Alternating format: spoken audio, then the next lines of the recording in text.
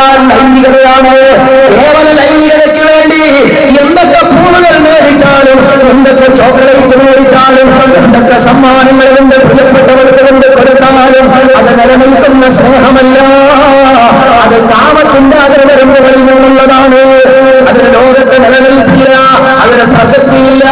എന്റെ പ്രിയപ്പെട്ട കാമുകിക്ക് ഒരാക്സിഡന്റ് പറ്റി അവരുടെ കാലൊടിഞ്ഞാൽ, അവരുടെ മുഖം വികൃതമായാൽ പിന്നെ കാമുകൻ ഒരിക്കലും അവരുടെ ഫോണിൽ വിളിക്കുകയില്ല.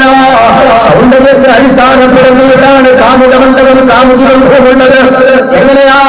സ്നേഹം നല്ലൊരു വികാരമാണ്. ആത്മാർത്ഥമായ സ്നേഹം എന്ന് പറഞ്ഞാൽ അത് നല്ലൊരു വികാരമാണ്. പക്ഷേ കാമുകന്മാർക്കിടയിലുള്ളത് കാമമാണ്. അത് കേവലം ലൈംഗികതയിൽ മാത്രം അടിസ്ഥാനപ്പെടുത്തിയുള്ള ബന്ധമാണ്. അവൻ സ്നേഹിക്കുന്ന കാമുകിയത തെരുവിലൂടെ നടന്നു വന്നപ്പോൾ ഒരാക്സിഡന്റ് ഉണ്ടായി അവരുടെ മുഖം വികൃതമായി പോയാൽ, ഇന്നവരെ ഫേസ്ബുക്കിൽ മെസ്സേജ് അയച്ചിരുന്ന, വാട്സാപ്പിൽ മെസ്സേജ് അയച്ചിരുന്ന, അവൾക്ക് വേണ്ടി പാതിരാത്രികൾ ഉറക്കം വിളിച്ചിട്ട് ഏതൊക്കെയോ വഴിയിൽ നിന്നിട്ട്, ഏതൊക്കെയോ പാതിരാത്രികൾ റോഡരികിൽ നിന്നിട്ട് ആ കാമുകിക്ക് വേണ്ടി മണിക്കൂറുകളോടും ഫോണിൽ സംസാരിച്ച ചെറുപ്പക്കാരൻ ഇന്ന കാമുകിയെ വിളിക്കില്ല. 2016 ഫെബ്രുവരി 14 വാലന്റൈൻസ് ഡേ കടന്നു വരുമ്പോൾ ആ ദിവസത്തിൽ എന്റെ പ്രിയപ്പെട്ട കാമുകിയെ വിളിച്ച് ചുറ്റുവിടുന്ന ചെറുപ്പക്കാരാ, 2016 ഫെബ്രുവരി 15 ദിവസത്തിൽ എന്റെ പ്രിയപ്പെട്ട കാമുകിയതാ ഒരാസക്തി ദുരന്തത്തിൽപ്പെട്ടിട്ട്, ഒരാസക്തി ഡിസാസ്റ്റർ സംഭവിച്ചിട്ട് അവരുടെ മുഖത്തേക്ക് ആസക്തമുണ്ടെങ്കിൽ അവരുടെ മുഖം വികൃതമായാൽ പിന്നെ കാമുകന് തേടി ഒരിക്കലും കാമുകി വരില്ല, കാമുകിയെ തേടി കാമുകനുണ്ടല്ല. അങ്ങനെയുള്ള കേവലമായ കാമത്തിന്റെ പേരിൽ കേവലമായ വാലന്റൈൻസ് ഡേ എന്ന് പറയുന്നത് ആധുനിക പരിഷ്കൃത സമൂഹം ആഘോഷിക്കുമ്പോൾ അല്ലാഹുവിന്റെ ദീൻ ഇസ്ലാമിന് പ്രാധാന്യം കൊടുക്കുന്നില്ല. ഓ പ്രിയപ്പെട്ട ഭർത്താക്കന്മാരെ, നിങ്ങളുടെ പ്രിയപ്പെട്ട ഭാര്യയ്ക്ക് നിങ്ങളുടെ സമ്മാനം കൊടുക്കണേ. നിങ്ങളുടെ കാമുകിക്ക് കൊടുക്കാനല്ല അല്ലാഹുവിന്റെ ദീൻ പഠിപ്പിച്ചത്. നിങ്ങളുടെ പ്രിയപ്പെട്ട ഭാര്യയാരാ? നിങ്ങളുടെ ഊണിലും നിങ്ങളുടെ ഉറക്കിലും നിങ്ങളുടെ സർവ്വ എല്ലാ തരങ്ങളിലും നിങ്ങൾക്കൊരു വെളിച്ചം പോലെ, ഒരു പ്രകാശം പോലെ മാർഗദർശനം തരുന്ന, ഒരു നിഴല് പോലെ നിങ്ങൾക്ക് വേണ്ട എല്ലാ സുഖമാത്തുകളും ചെയ്യുന്ന, നിങ്ങളുടെ മക്കളെ ഗർഭം ചുമന്ന, നിങ്ങൾക്ക് വേണ്ടി കഷ്ടപ്പാടുകൾ സഹിക്കുന്ന, നിങ്ങൾക്ക് വേണ്ടി ഒരുപാട് പ്രയാസങ്ങൾ അനുഭവിച്ച, നിങ്ങളുടെ മക്കളെ പ്രസവിച്ച, നിങ്ങളുടെ മക്കളെ ഗർഭം ചുമന്ന, നിങ്ങൾക്ക് വേണ്ടി എല്ലാ സേവനങ്ങളും ചെയ്തു തരുന്ന നിങ്ങളുടെ പ്രിയപ്പെട്ട ഭാര്യമാർക്ക് നിങ്ങളുടെ സമ്മാനം കൊടുക്കണേ.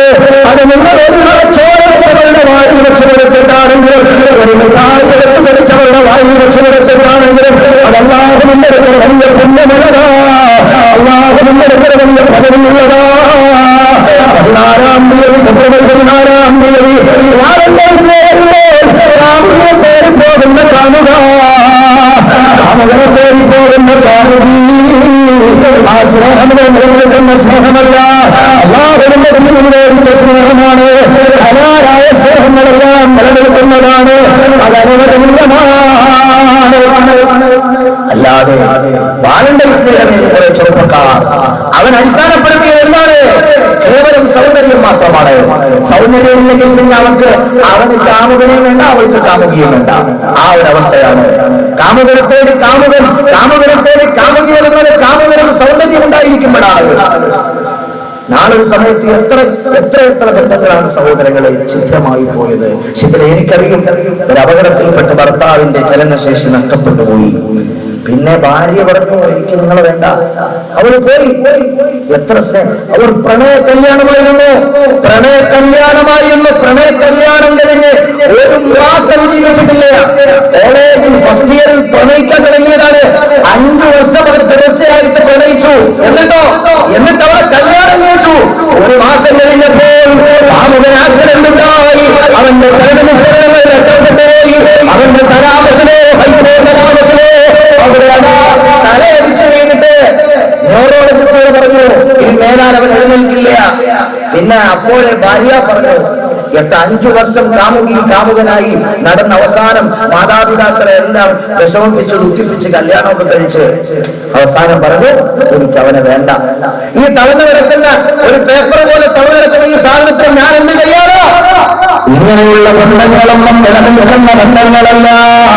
പുതിയ തലമുറയിലെ അതാ പരസ്പര സമൂഹത്തിലെ യുവത്വത്തോട് പറയട്ടെ, എന്റെ പ്രിയപ്പെട്ട പൊന്നയുവത്വമേ,